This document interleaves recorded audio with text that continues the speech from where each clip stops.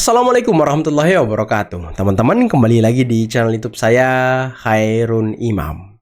Nah, di video kali ini kita akan menyaksikan beberapa tayangan yang sangat menarik dan juga sangat-sangat mengejutkan. Di mana Gatot Nurmantio, mantan Panglima TNI era Presiden ke-7 Bapak Joko Widodo, konon kabarnya mulai membongkar alasan pemecatan dirinya dari kursi Panglima TNI oleh Pak Jokowi, yang dia anggap ini pemecatan yang janggal, teman-teman. Waduh. Tapi sayangnya nih ya, salah satu tokoh senior dari Partai Banteng malah membongkar bagaimana jejak rekam dari Gatot Nurmantio saat masih menjabat Panglima TNI yang dianggap selalu mengerjai Presiden ke-7 Bapak Joko Widodo. Nah, selain itu, saya juga punya tayangan di mana Bung Hasan Nazbi, penasihat khusus Presiden bidang komunikasi, lagi-lagi menyentil Said Didu yang sepertinya sedikit protes karena Pak Prabowo masih melantik orang-orang ataupun para termul-termul ataupun para geng Solo. Waduh, kasihan banget Said Didu ya. Kenapa Pak Prabowo tidak melantik Said Didu ya? Kayaknya sih Said Didu pengen dilantik juga tuh, Pak. Nah, terakhir kita akan menyaksikan bagaimana gerombolan pembenci Pak Jokowi lagi-lagi saling nantang-menantang. Dan kali ini ada Kurnia yang menganggap Refly Harun ini tidak konsisten. Dan Kurnia ingin agar kasus ini P21 dan masuk ke persidangan. Dan ini tidak sesuai dengan keinginan Refly Harun. Tapi sebelum kita mulai, jangan lupa like, subscribe, dan share. Dan tanpa perlu berlama-lama lagi, mari kita mulai videonya berikut ini. Saya buka aja sekarang biar Pak Jokowi marah. Ketika Pak Jokowi minta, Pak Panglima ini tolong dong nenek kan bintang 3. Oh baik Pak, saya cek dulu Pak. Saya periksa, nggak ada yang nggak benar saya periksa. Setelah berat badannya turun 6 kilo, saya kasih lembaran. Ini kesalahanmu, mau dilanjutkan atau tidak?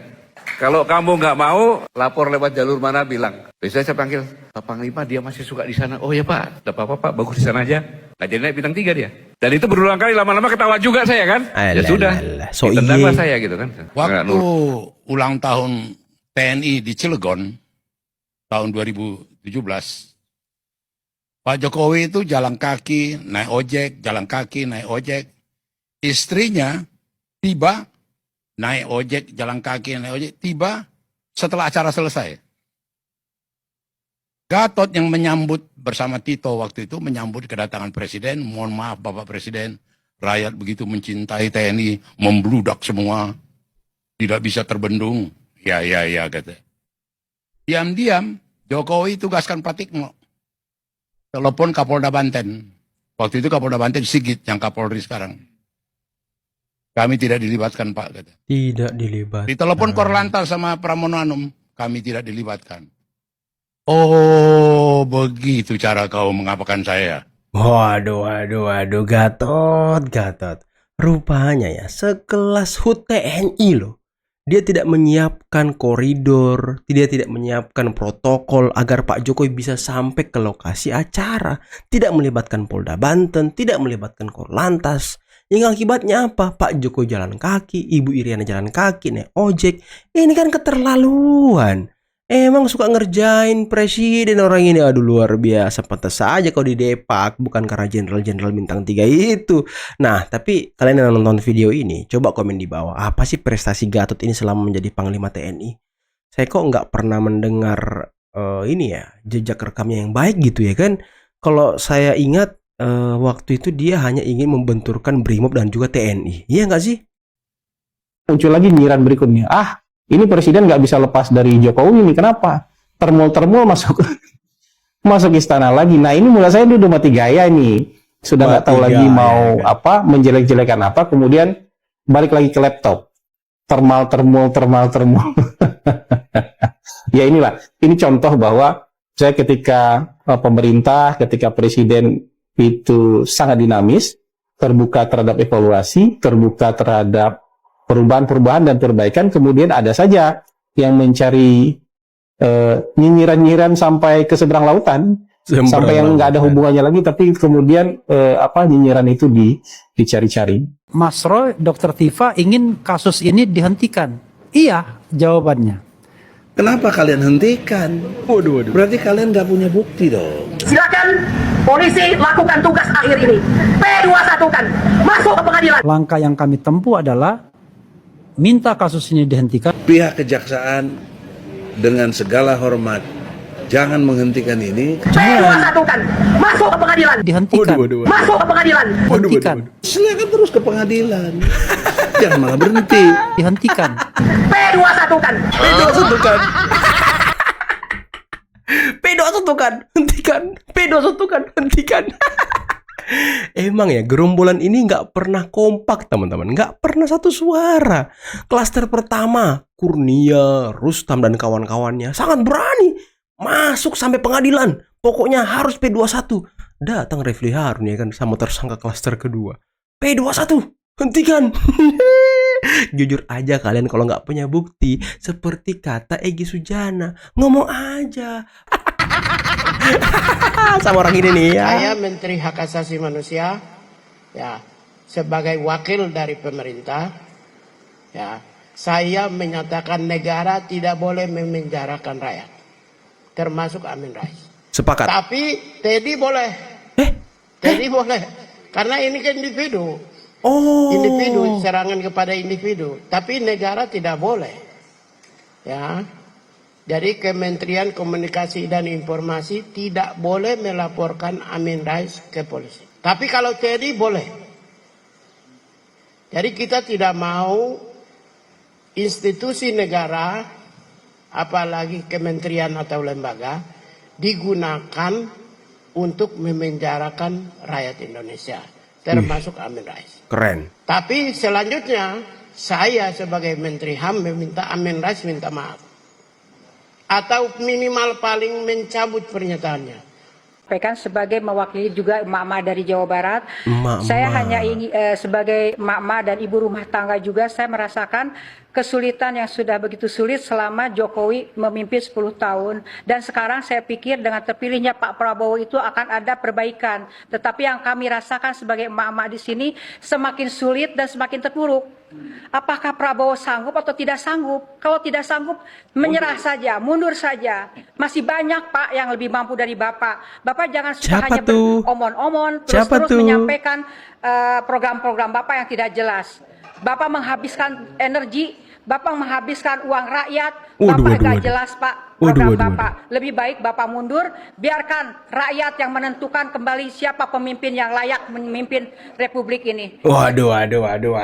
Kira-kira siapa yang paling pantas dan yang paling layak selain Presiden Prabowo saat ini? Siapa yang lebih baik dari Presiden Prabowo? Anies kah?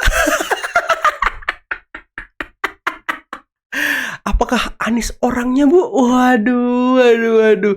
Apakah kita lantik aja Anies jadi presiden apa tuh? Presiden apa, teman-teman? Yaman.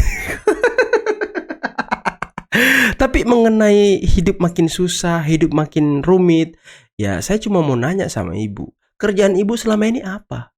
Apakah kerjaan Ibu hanya mengawal Roy Suryo? Hanya mengawal Refli Harun? Hanya mengawal Tifa? Tanpa memperdulikan pekerjaan, tanpa mencari rejeki? Ya kalau kayak gitu kerjaan Ibu ya makin susah lah, Bu. Makin susah. Dan soal susah atau tidak ini masih debatable. Kalau saya menganggap ya makin kesini negara ini semakin baik. Dan Ibu nggak usah ngomong-ngomong susah deh. Lihat aja tuh sekarang dunia itu ya sedang diambang kekacauan. Makanya semua ini lagi terguncang. Sekarang pemerintah lagi berusaha untuk menjaga atau menstabilkan negara kita. Jangan sampai ada lonjakan-lonjakan harga yang tidak masuk akal, apalagi yang subsidi. Kalau yang non subsidi kan ya oke lah, karena itu dinikmati atau digunakan oleh orang-orang yang berduit. Tapi kalau yang subsidi sekarang pemerintah berusaha untuk menekan agar harganya tidak naik. Aduh, Ibu ini kudet juga kayaknya ya. Yang nyerang itu menyadari betul bahwa isu itu adalah isu yang sangat sensitif bagi masyarakat Indonesia. Makanya dibikin dan dibawa ke arah sana, dan itu kejam. Kamu jahat. Berdasarkan pendapat atau opini masyarakat seperti bisa kita pantau, ternyata Teddy itu seorang gay, seperti kaum Nabi Lut pada zaman dulu, lebih menyukai atau mencintai sesama laki-laki. Bahkan Mbak Titik Prabowo sampai menyanyikan lagu berjudul Cinta Segitiga, antara lain ada lirik ya, yang berbunyi kurang lebih ya, engkau tinggalkan aku demi laki-laki bernama Teddy. Ya, bagaimana kita dalam berinteraksi di media sosial itu juga harus ada etiketnya, ada batasannya. Kebebasan itu kan bukan tanpa batas. pasal berapa 28 kebebasan menyatakan pendapat itu kan ada pengaturan lebih lanjutnya, diatur dengan undang-undang. Dan pada titik itulah kemudian bisa menjadi masalah kalau dia ada fitnah, ya kan, ada disinformasi, DFK, ya kan, Bang. DFK, ya kan, ada kebohongan. Jadi justru kemudian pada titik itu kita harus bicara etiket dalam bermedia sosial. Gitu ya. Bahwasanya kemudian kok masih, ya mungkin justru karena yang nyerang itu menyadari betul bahwa isu itu adalah isu yang sangat sensitif bagi masyarakat Indonesia. Makanya dibikin dan dibawa ke arah sana, dan itu kejam. Kamu jahat. Sangat jahat, Bang. Sangat jahat. Makanya saya mempertanyakan kepada Abang. Ya, sangat jahat. Dan saya jawab bahwa hati-hati. Justru kenapa menyerang itu? Karena itu sensitivitas yang paling, sehingga kalau itu dikerjakan, itu yang paling bisa melukai. Dan itulah yang dituju. Wow, emosi. Jangan sampai kita terjebak kepada permainan-permainan orang-orang yang tidak suka dan menggunakan cara-cara yang tidak etis. Amin Rais iri ke Teddy. Dan yang ketiga ini sebenarnya asumsi paling ngeri nih. Jadi kalau lo mau ngedit aja.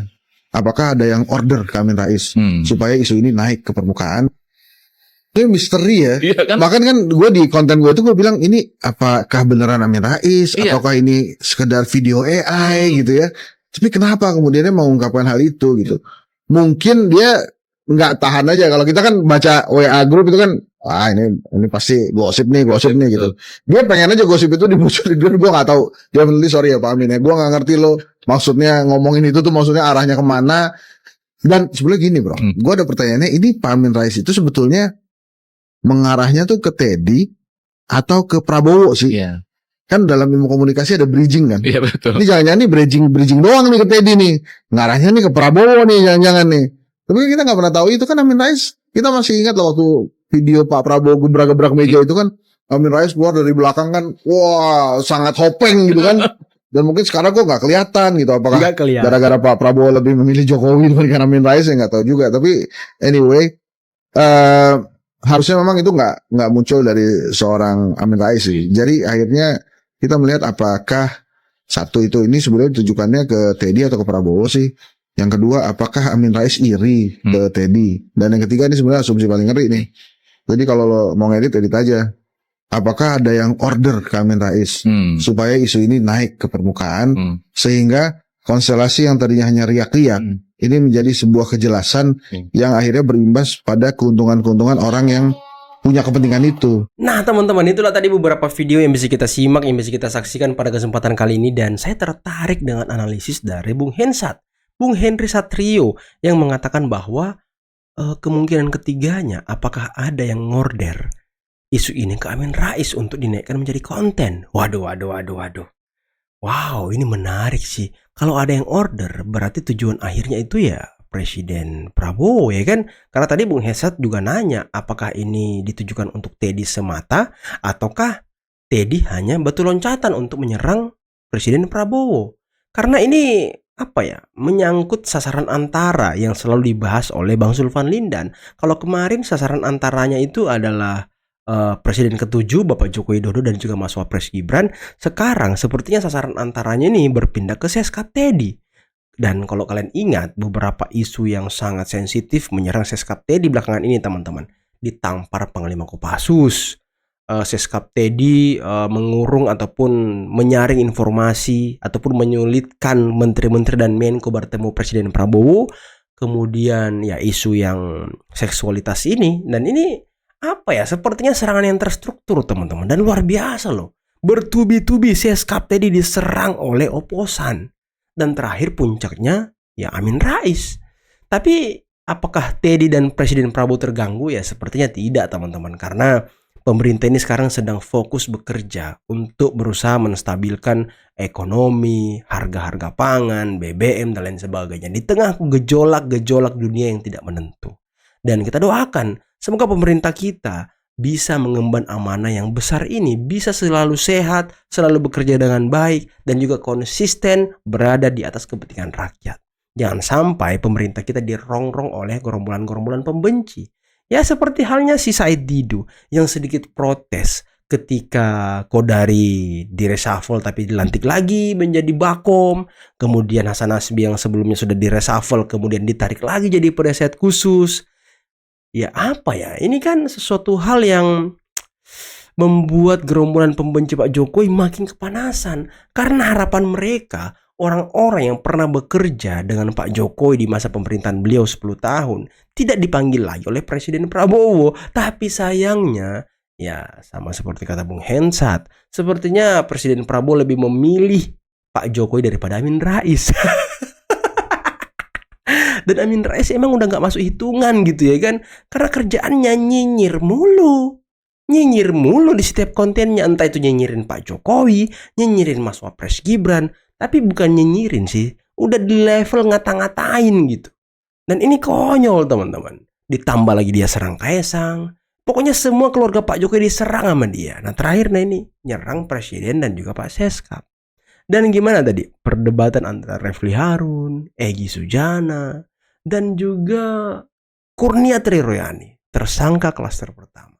Karena memang kalau kita perhatikan, setiap Roy Suryo dan juga Tifa Refli Harun ini melaksanakan konferensi pers, tidak pernah kelihatan batang hidung dari para tersangka klaster pertama.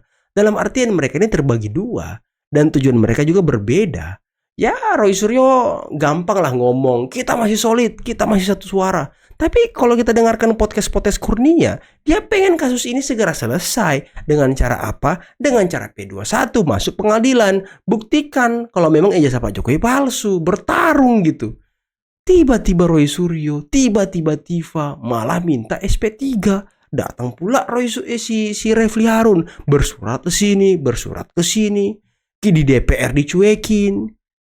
Audiensi ke Kejagung, ke Jati Jakarta. Entah apa hasilnya. Nggak mungkin pula nggak P21. Karena mereka ini takut masuk pengadilan. Saya sepakat dengan apa yang dikatakan oleh Bang Egy Sujana tadi. Kalau orang-orang ini memang tidak punya bukti sama sekali. Tidak bisa membuktikan bahwa ijazah Pak Jokowi palsu. Dan ini bisa juga kita lihat di video saya sebelumnya. Si Refli Harun debat dengan Dokter siapa namanya? Dokter Zul. Mengenai Pak Jokowi berkacamata sebelum dan sesudah. Ini kan konyol, sampai-sampai Refli Harun seakan-akan mendukung dan membela Pak Jokowi. Waduh. Dan Pak Gatot tadi, Pak Gatot. Rupanya ya, Anda suka ngerjain Presiden Jokowi dulunya. Anda suka tidak menyiapkan hal-hal itu dengan baik. Bisa-bisanya loh seorang presiden disuruh jalan kaki beserta ibu negara lagi. Jalan kaki naik ojek, Emang gak, gimana ya? Gimana sih ngomong sama orang-orang ini teman-teman? Bingung saya. Terus dituduh lagi Pak Jokowi memecat dia karena tidak mengikuti arahan dia. Waduh, luar biasa framingnya ya. Tapi ya apapun itu memang pembenci itu selalu menang, selalu mau merasa paling benar. Jadi udahlah, biarkan aja mereka merasa paling benar. Biarkan saja pendapat mereka yang kita iyakan, biar mereka puas ya kan. Karena itu yang mereka inginkan. Itu yang mereka mau teman-teman. Oke, mungkin cukup sekian video kali ini. Jangan lupa like, subscribe, dan share videonya. Akhir kata, billahi taufiq wal hidayah. Assalamualaikum warahmatullahi wabarakatuh. Bye-bye.